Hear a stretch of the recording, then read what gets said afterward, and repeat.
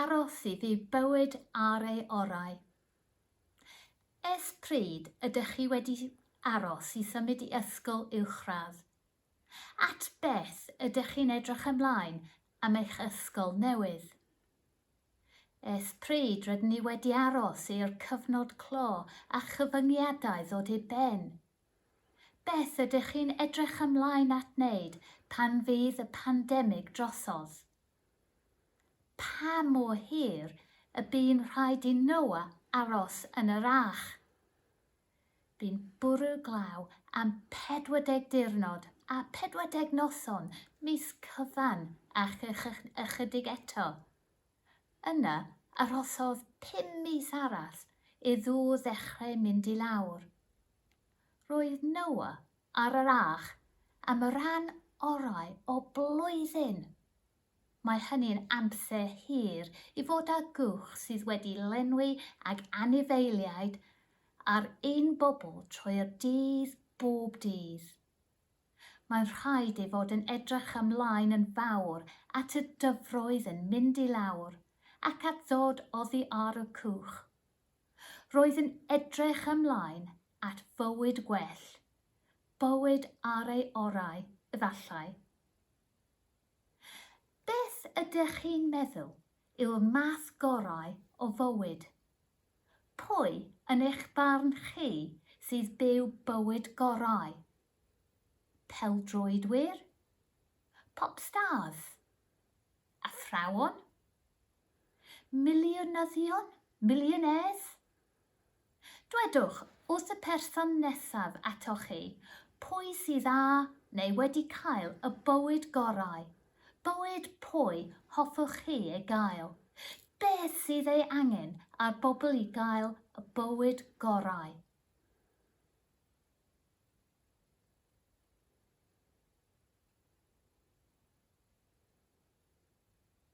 A beth am ein bywydau ni? Beth am eich bywyd chi? Ydyn ni wedi bod yn byw ein bywyd gorau dros y flwyddyn a hanner diwethaf? Rydyn ni wedi bod yn byw gyda rheolau a chyfyngiadau? Rydyn ni wedi gorfod aros gartref? Dydyn ni'n dal ddim yn cael chwarae mewn tai ffrindiau? Mae rhaid i ni olchi dwylo pob un amser.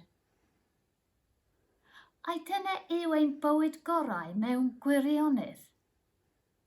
Beth am Noa ar yr arch? Ydych chi'n meddwl ei fod yn byw ei fywyd gorau yno? Ond ar yr arch roedd Noa hefyd yn ddiogel rhag y glaw a llifogydd. Gartref ac yn yr ysgol yn ystod y pandemig hwn, roeddem ar hydym yn ddiogel. Ydych chi'n meddwl bod Noa eisiau aros yn ddiogel yn yr arch am byth? Fyswn ni ddim.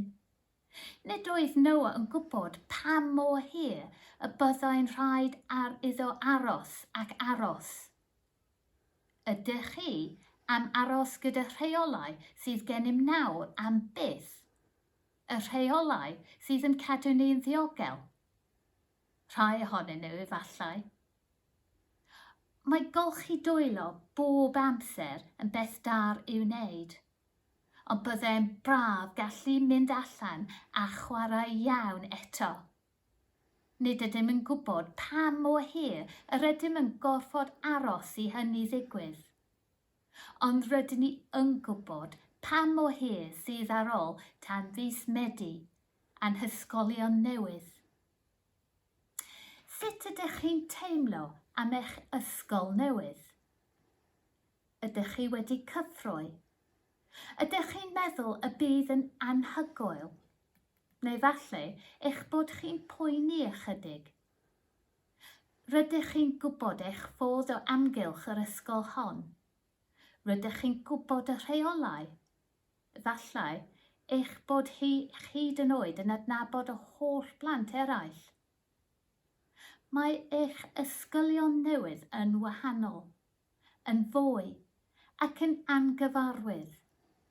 Gall hynny fod yn frawychus. Efallai y byddech chi'n darganfod pan gyrraeddwch chi yna ei fod yn well nac oeddech chi'n meddwl. Neu fe allwch chi gael eich siomi. Ond dwedodd Iesu ei fod wedi dod i roi bywyd i bobl a bywyd yn ei gyflawnder i gyd. Bywyd i'r eithaf. Sut y mae hynny yn edrych i chi? Sut ydyn ni'n byw ein bywydau gorau o symud ymlaen? Wel, mae dychwelyd i fod gyda ffrindiau yn dechrau dda. Bydd dysgu pethau newydd a chwrdd â pobl newydd hefyd yn dda. Ond bywyd lle gallwn gofio beth bynnag sy'n digwydd, fod Duw yn ein caru ni. Dyna'r bywyd gorau. Ni addawodd Iesu ddileu'r holl gyfnodau anodd mewn bywyd. Mae'n addo bod Duw ein caru ni. Nid yw'n addo atal pethau drwg rhag digwydd. Mae'n addo bod Duw yn ein caru ni. Gyda Iesu gyda ni, nid oes angen i ni boeni. Mae Duw yn ein caru ni. Pan rydyn ni cael diwrnod gwael, mae Duw yn ein caru ni. Pan rydyn ni'n drist, mae Duw yn ein caru ni. Pan ydyn ni'n hapus, mae Duw yn ein caru ni. Pan rydyn ni'n gwybod ein bod ni'n cael ein caru, mae popeth yn teimlo yn well. A phwy well i'n caru ni na Duw. Cariad perffaith. Felly, pa mor hir sydd angen i ni aros am ein bywydau gorau? Ar ôl ysgol? Ar ôl coleg neu prifysgol? Pan fydd gennym ein swydd ddelfrydol? Pan rydyn ni wedi ymddeol? Bywyd gorau yw bywyd gyda cariad Duw yn ein calonnau. Bywyd gorau yw bywyd gyda Iesu wrth ein hochr ni. Ein bywyd gorau ni yw nawr, rwan. Gallwn fyw ein bywydau i'r eithaf. Bywydau ar ei gorau. Nawr.